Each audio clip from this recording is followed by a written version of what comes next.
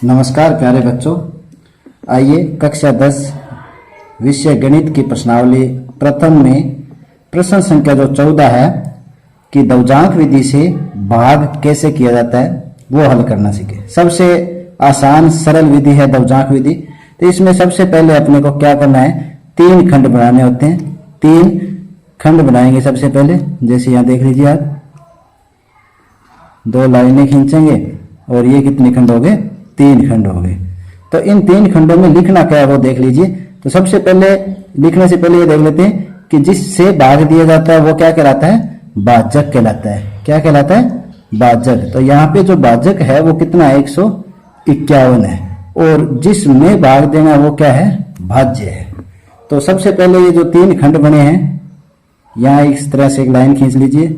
यहाँ जो मान लिखेंगे ये प्रथम खंड, मध्य खंड और अंतिम खंड।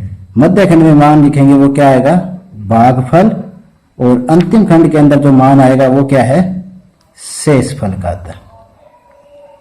शेषफल, भागफल और शेषफल। अब आइए सबसे पहले इसके अंदर जो ये इकाई अंक है उसको दवजांक के रूप में माना जाएगा, और शेष जो 2 अंक बचे हैं वो मुख्यांक के रूप में मान के।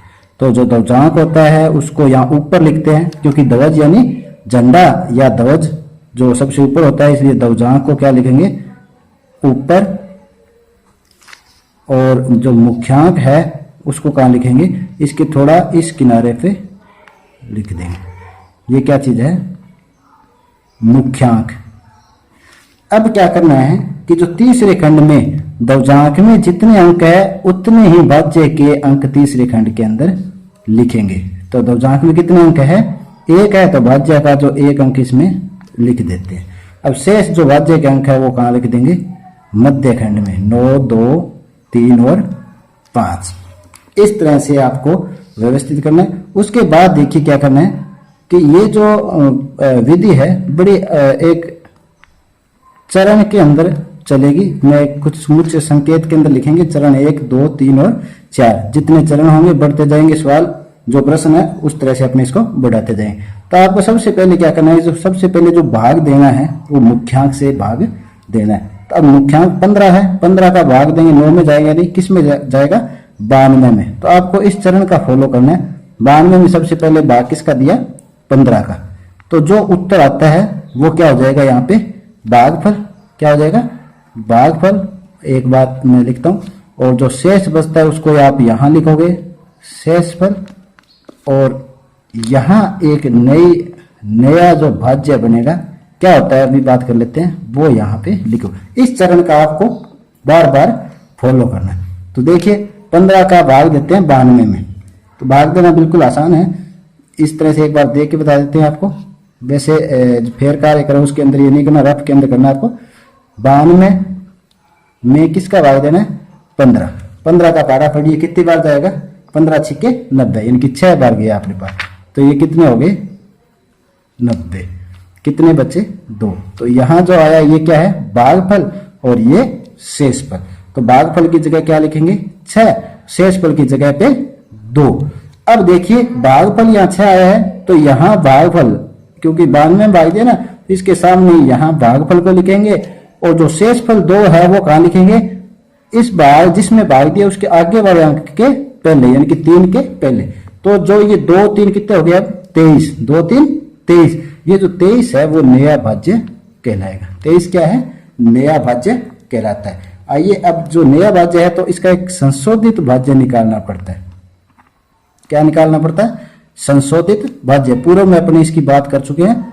संशोधित भाज्य बड़ा ही आसान है, 1-2 बार अब तक तो प्रैक्टिस हो गई होगी आपकी, कि जो नया भाज्य यानी कि 23 में से दवजांक गुणा भागफल को घटाना है। दवजांक 1 गुणा भागफल 6, तो 23 माइनस 6, 23 में 6 घटाए कितने हो गए, 17। यानी कि अब जो दूसरे चरण के अंदर, सेम यही चरण दोबारा दोहराएंगे, ध्यान रखना। अब जो दूसरे चरण के अंदर भाग दे रहे हैं वो किसके अंदर देना है, 17 में देना है। इस 23 में नहीं देना, संशोधित भाज्य में ही देना है। 17 में भाग देंगे किसका, 15 का। अब बताओ 17 में भाग देना, इस तरह से आपको समझाने की आवश्यकता नहीं है, क्योंकि आप कक्षा 10 के विद्यार्थी हो। 17 में 15 का भाग देंगे तो कितना आया भागफल, 1। भागफल कितना आया, 1। और शेषफल कितना बचेगा इसमें, शेष फल कितना बचा, 17 में से 15 गए तब 2। तो अब अपने 1 को कहाँ लिखेंगे, भागफल को इसके सामने, और शेष फल जो 2 है वो इसके आगे वाले अंक के पहले, यानी कि 5 के पहले। तो अब अपना यहां से क्या मिल जाता है अपने को, नया भाज्य। क्या मिल जाता है, नया भाज्य। नया भाज्य कितना हो गया, 2 5 25। तो अब इसी से अपना इस नए भाज्य से पूर्ण संशोधित भाज्य निकालेंगे। इस नए भाज्य से क्या निकालते हैं, संशोधित भाज्य। कैसे निकालते हैं, नए भाज्य में से घटाएंगे किसको, दवजांक गुणा भागफल। दवजांक 1 गुणा भागफल 1, 1 गुणा 1 कितना हो गया 25। दवजांक जो नया भाज्य कितना था 25, 25 में से ये अपने घटा देंगे। 1 गुणा 1 कितना रह गया 25 माइनस 1 बराबर 24। 25 माइनस 1 बराबर अपना 24। तो यहीं से क्या करते हैं, तीसरा चरण इसका शुरू करते हैं। तो अब क्या, अब भाग किस में देगी 15 का, 24 में। 24 भाग 15, तो कितनी बार गया 15 एकम 15, यानी कि भागफल क्या आएगा 1। भागफल क्या आएगा इसमें 1, और शेष फल 24 में से 15 घटाइए जल्दी। शेष फल कितना आएगा 24 माइनस 15 कितने आ गए 9। शेष फल कितना आ गया 9। तो अब क्या करते हैं अपने नया भाज्य।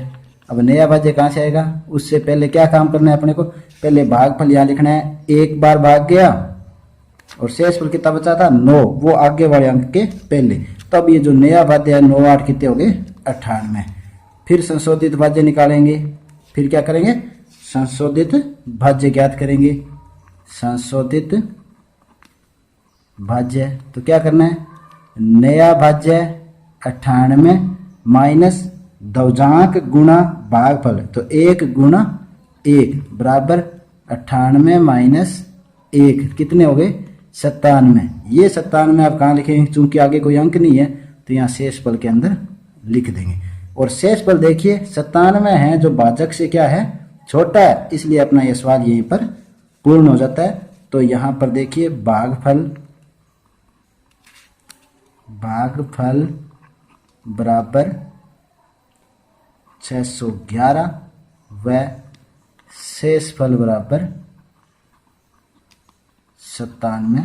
ये आपका क्या हो जाता है, दवजांक विधि से इसका हल हो जाता है।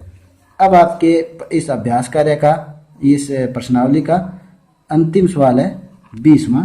वो क्या है, वो आपको खुद स्वयं हल करना है। अभ्यास कार्य के रूप में 12,345 में भाग देना है 91 का, और कौन सी विधि, यही है दवजांक विधि से।